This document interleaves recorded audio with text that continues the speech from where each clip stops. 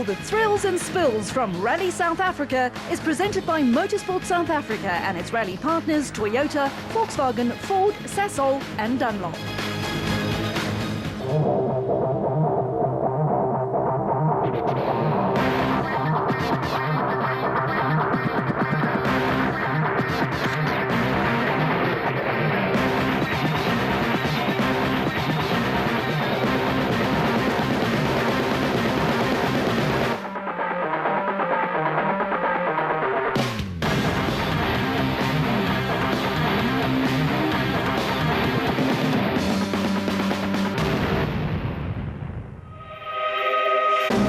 We've reached the midway point of the 2012 National Rally Championship, and Rally South Africa, held in KwaZulu-Natal, marked the first of the final 4 events.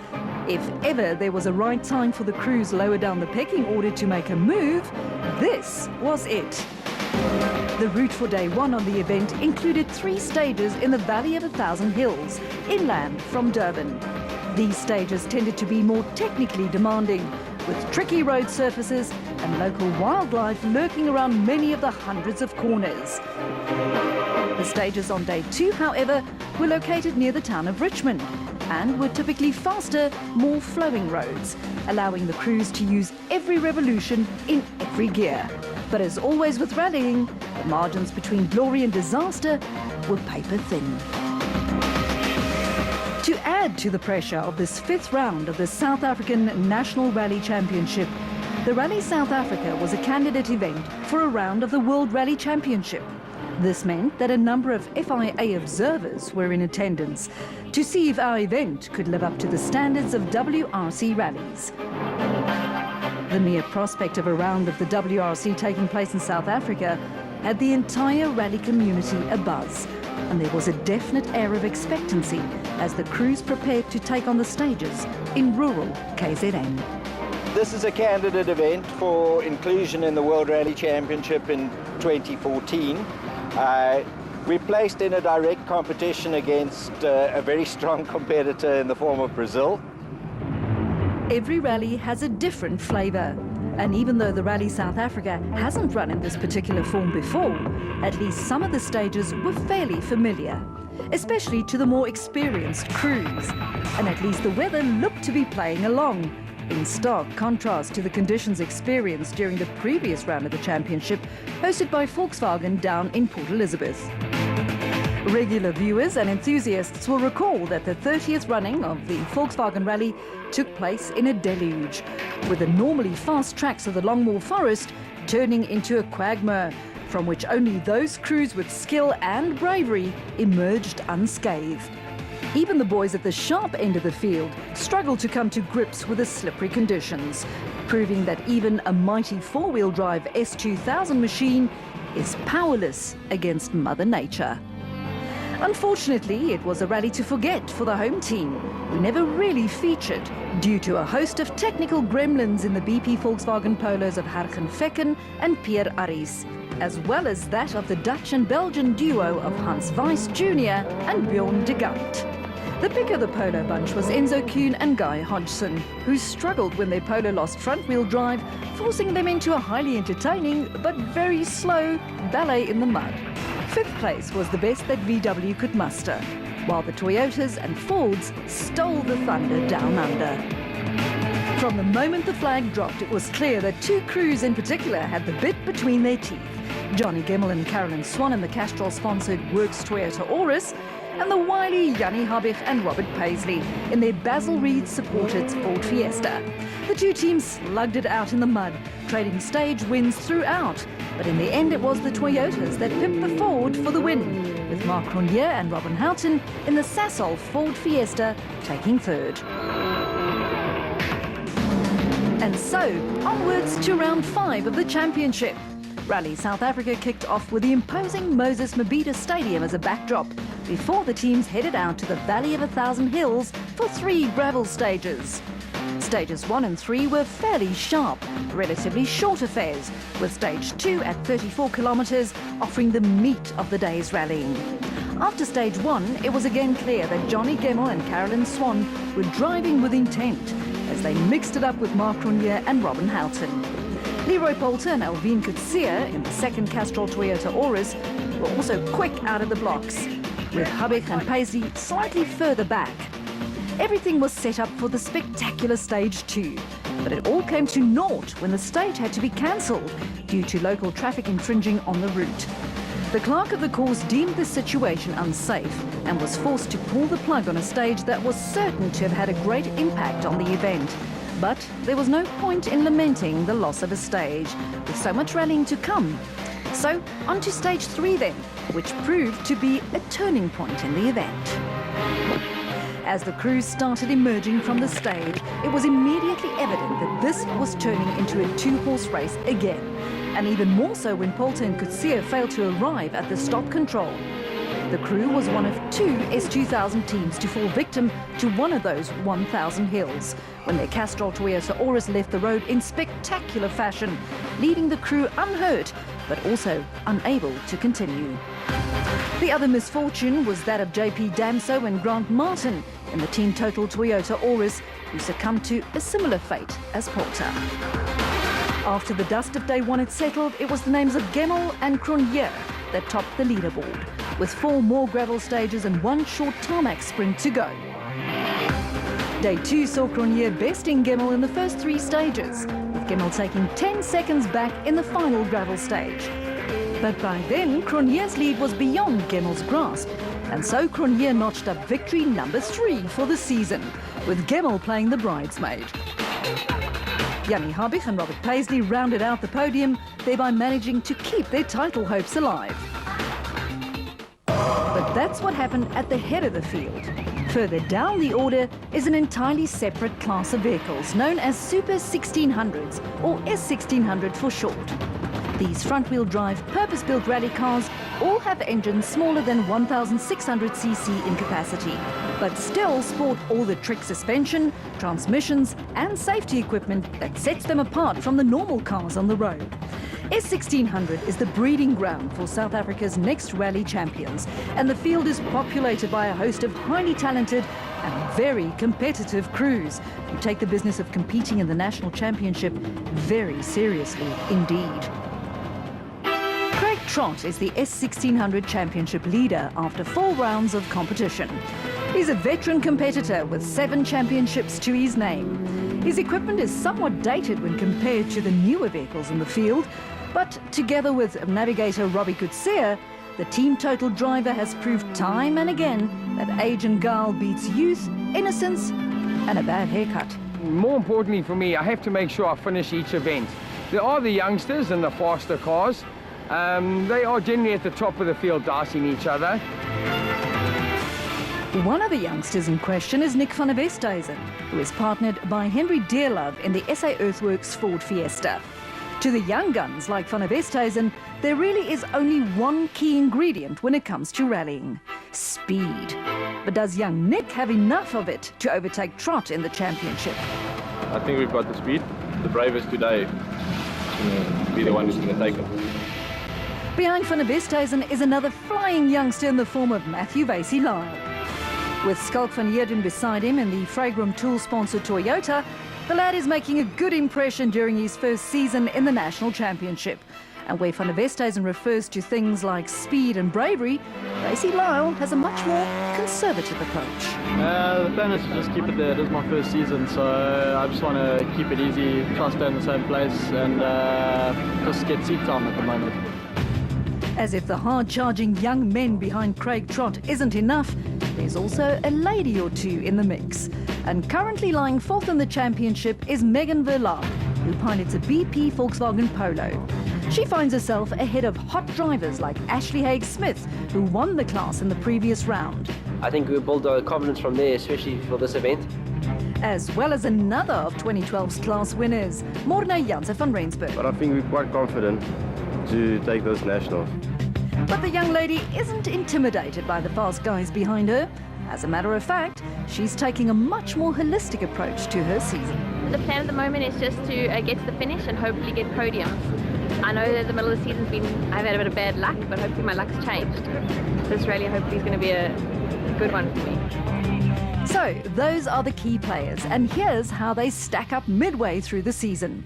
Veteran Trott leads the way with a 10-point buffer over second-place Van der Westhuizen. Basie Lyle is in third, while Verlaque occupies fourth.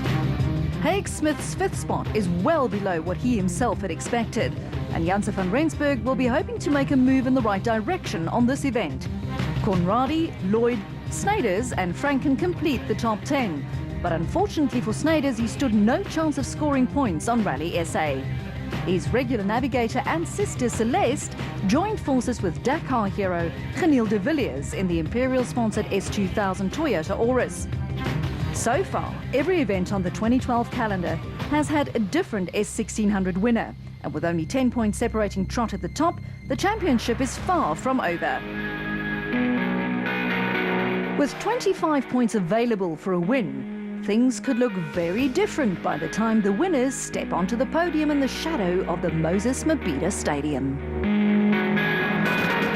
And as with the S2000 crews, it was this very same stadium that played host to the start of the event for the S1600 teams. After leaving Durban behind, the route took the crews inland to the Valley of 1,000 Hills, where the 9.3 kilometre stage 1, known as Valley Short, awaited them.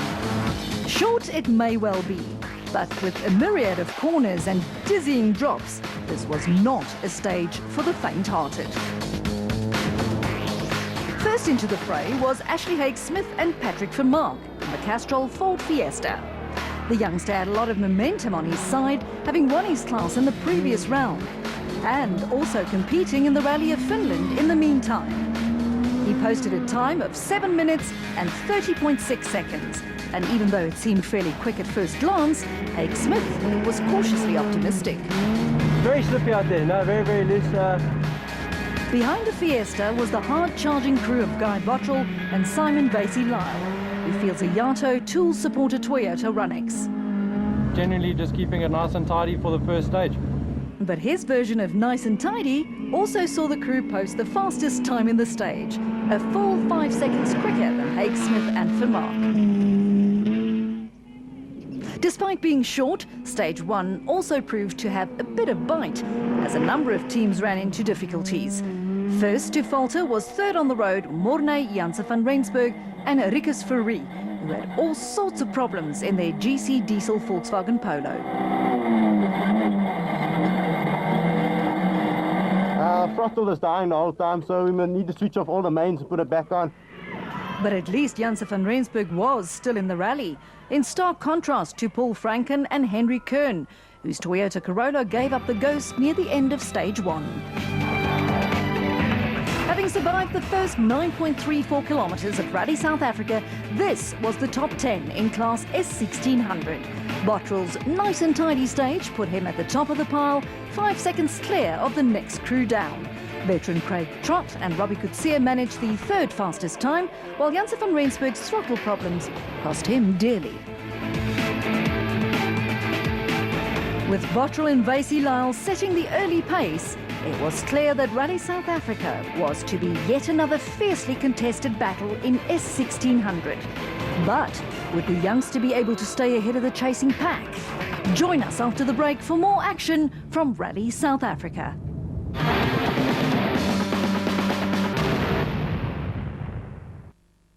Need a bar key? Get a Photon Thunder for only $19.50 a month. Standard with power steering, radio CD player, plus a 3-year 100,000 kilometer warranty. Yours for only $19.50 per month.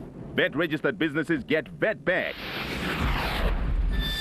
Photon, quality first, value always.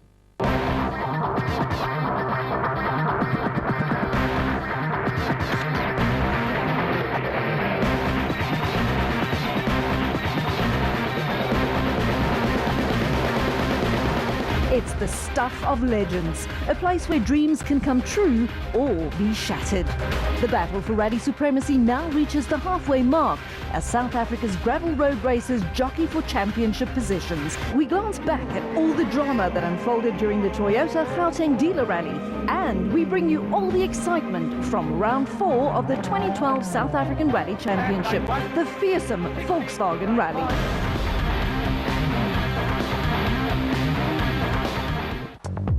At Eagle, all we promise you is more. More in the way of finance deals to suit you. More new, nearly new and budget cars to choose from. And each Eagle customer gets 3 years of free car washes, bringing you more value. We have more of the most high-tech service bays with only the best trained technicians and more ways to relax if ever you need to wait for your vehicle. So when it comes to a Ford Fiesta Trend, you know you'll get more. Alloy wheels, Bluetooth, alarm, 1.6 engine. We're giving away South Africa's hottest hatch for $164,900 and the 1.4 model for just $159,900. That's why our Ford Fiesta Trends are flying out of the showroom.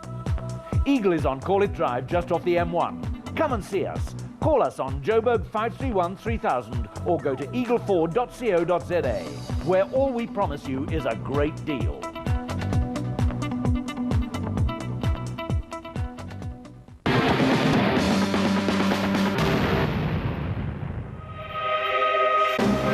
With Stage 1 done and dusted and Stage 2 of Rally South Africa cancelled, the crews were given a moment of respite in the Dunlop service park before heading out to tackle the final gravel stage of the day.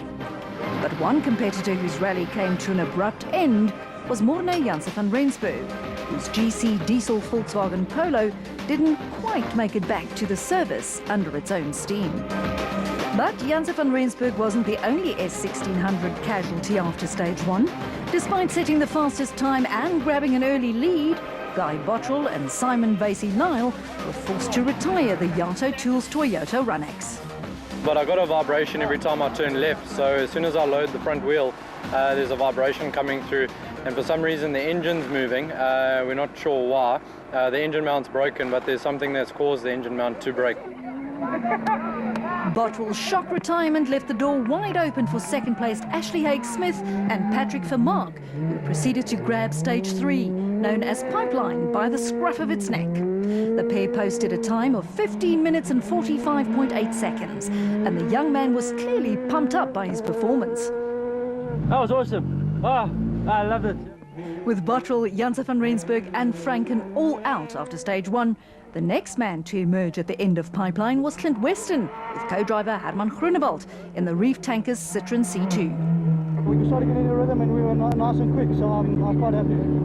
Running second on the road, Weston had no way of knowing at this point that his time through Stage 3 was 5 seconds quicker than any other S1600, moving him up from 5th to 2nd, only 34 seconds behind new leaders Haig-Smith and Vermaak. Further down the running order, Craig Trott and Robbie Coetzee in the Team Total Toyota Runex posted a time nearly 20 seconds slower than Weston. But the pair are seasoned campaigners and weren't going to take chances this early in the event. Fortunately, we've survived it. We go a 1K tar stage later on and then decent stages tomorrow, so I think we'll sleep a bit easier tonight.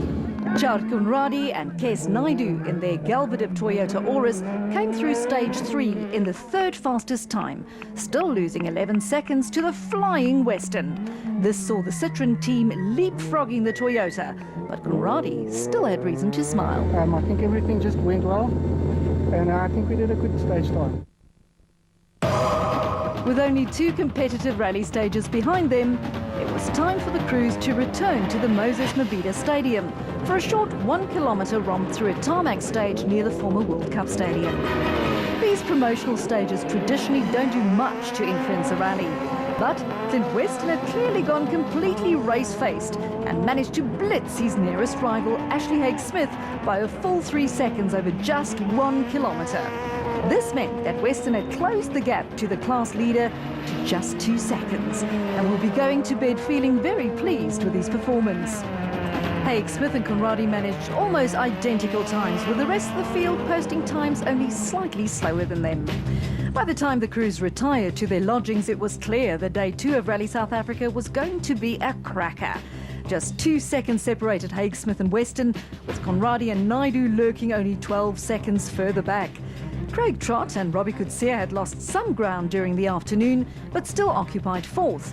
A big gap separated the top 4 from the bottom 6, with Nick van der Westhuizen and Henry Deerlove in the SA Earthworks Fiesta topping the chasing pack. The contrast between days 1 and 2 of Rally South Africa couldn't be bigger. where day 1 featured the rough and tumble stages in the Valley of 1,000 Hills. Day 2 stages looked more like the type of thing you'd expect in Finland. Fast-flowing gravel roads with excellent surfaces, all in the forests and sugarcane fields around the Richmond area. These are the kind of roads that make rally drivers happy to be alive, as was evident by Clint Weston's performance in the Reef Tankers Citroen C2. Weston had good reason to be stoked with his stage. His time of 22 minutes and 7.5 seconds was 9 seconds faster than overnight leader Ashley Haig-Smith and Patrick Vermaak in their Castrol Ford Fiesta. This moved Weston into the lead of the rally, some 6 seconds ahead of Haig-Smith. But the stage win went to Chart Conradi and Kes Naidu in the Galvadip Toyota Auris, who pipped even Weston by 3 seconds, clearly showing that they hadn't given up in their chase for the top step of the podium. They were now only 3 seconds behind second-placed Haig-Smith and on a bit of a charge. Their charge paid off on the next stage, when the pair trounced Haig-Smith and Vermaak, moving up into second place and closing to within 18 seconds of the lead. They were bested in the stage only by Clint Weston and Herman Groenewald in their Reef Tankers Citroen, who were having the time of their lives. Ecstatic. It was a most awesome stage. The top 4 of Weston, Conradi, Haig-Smith and Trott retained their cushion over the rest of the bunch. The only early casualty of day 2 was daughter and father pairing of Stefanie Botha and Willem Hugo, whose Team Total Toyota Runex developed an electrical fault on stage 5, forcing them to quit. Next up was stage 7, called Masonite, a 12.1 kilometre affair that proved to have quite an influence, despite its modest length. First into the stage was Weston, who emerged 9 minutes and 13.6 seconds later. The tiny Citroen has been getting better as the season wore on, and Weston was evidently coming to grips with his steed. Except Conradi had other ideas. He chose stage 7 to pounce, ripping 23 seconds out of Weston and Groenewald's time. Not only that, but Conradi's time was also 15 seconds faster than the second fastest man through the stage, Ashley Haig-Smith and Patrick Vermaak. This is the kind of performance that rally law is made of, and shows what is possible if a crew truly gels together and apply themselves to the task at hand. With Conradi and Naidu's mad dash on stages 6, 7 and 8, they moved to the top spot on the leaderboard, 5 seconds clear of Weston and Groenewald. Overnight leaders Haig-Smith and Vermaak dropped to 3rd, while Craig Trott and Robbie Coetzee in their Team Total Toyota Runex hang on to 4th. Matthew Vasey-Lyle and Skalk van Heerden in the Fragram Tools Toyota Runex occupies 5th, with Megan Burlaak and Hilton Offrey in their BP-supported Volkswagen Polo in 6th. The privateer team of Dolf Coetzee and Pierre Jordan placed their Toyota Corolla in 7th after 7 stages of rallying, with Murray Lloyd and Ralph Lehman the last of the true runners in their MLC Computers Volkswagen Polo. Positions 9 and 10 belong to Bottrell and Vasey-Lyle, and Franken and Kern, both crews competing under Super Rally rules after having to retire on day 1. This is it, the scene of the final battle in Rally South Africa, or so it would seem. This is stage 8, a second run through the 32.5 kilometre stage called Mondi. Earlier in the day, Conradi pipped Weston by 3 seconds in the same stage. Now, only 5.2 seconds separate the two, and stage 8 is sure to determine the winner. With Haig-Smith and Vermaak safely in 3rd place in their Castrol Ford Fiesta, and Trott and Coetzee having cemented 4th in their Team Total Toyota Runex, all eyes turned to the 2 teams at the head of the field. Weston was first to brave the stage, and he knew he had to push hard if he wanted any chance of beating Conradi. Earlier in the season, Weston had rolled the Citroen on 2 occasions, so being in contention for a win represented huge strides for the embattled team. This time, Weston and Groenewald kept it on its wheels and emerged at the stop control brimming with confidence. This time I was so confident that we just gave it stick. It was pretty much flat everywhere. I feel like Sebastian Loeb. Weston's confidence was in direct contrast to Conradi, who was somewhat more subdued when he and co-driver Kes Naidu emerged from the stage. I don't know. Let's see at the end. His hesitance was correct, because despite pushing fairly hard, the pair had somehow lost 4.6 seconds to the Citroën crew. This meant that Conrady's lead was down to 0.6 of a second, just a 1 kilometre sprint on tarmac to go. So, after 7 competitive stages of rallying on roads in the Valley of 1,000 Hills and the Richmond area, it all came down to 0.6 of a second. And all that stood between the top step of the podium and a so close yet so far second was 1 kilometre of tarmac. Conrady clearly wasn't rolling over and letting Weston walk away with the win and pushed hard into every corner. However, Weston is a former track racer, so one would expect him to have the edge here. But nothing is certain in rallying. In the end, it was Weston and Groenewold who took the stage win by 1 second over Conrady and Naidoo, and the overall win by 0.4 of a second. Confirmation then of one of the closest winning margins in South African rallying, with Weston and Groenewold pipping Conrady and Naidoo to the post, but only just. Haig Smith and Vermaak occupied the last step of the podium 42 seconds behind the winners. So, who says S1600s aren't spectacular? This was rallying at its very best. And for Weston and Groenewold, their first taste of winner champagne was sweeter than even they could have imagined. Keep an eye on the pair as they take on the ultra-fast roads around Caledon in the Toyota Cape Dealer Rally on 14 and 15 September. The thrills, spills and narrowest winning margin in a long time was brought to you by Motorsport South Africa and its rally partners Toyota, Volkswagen, Ford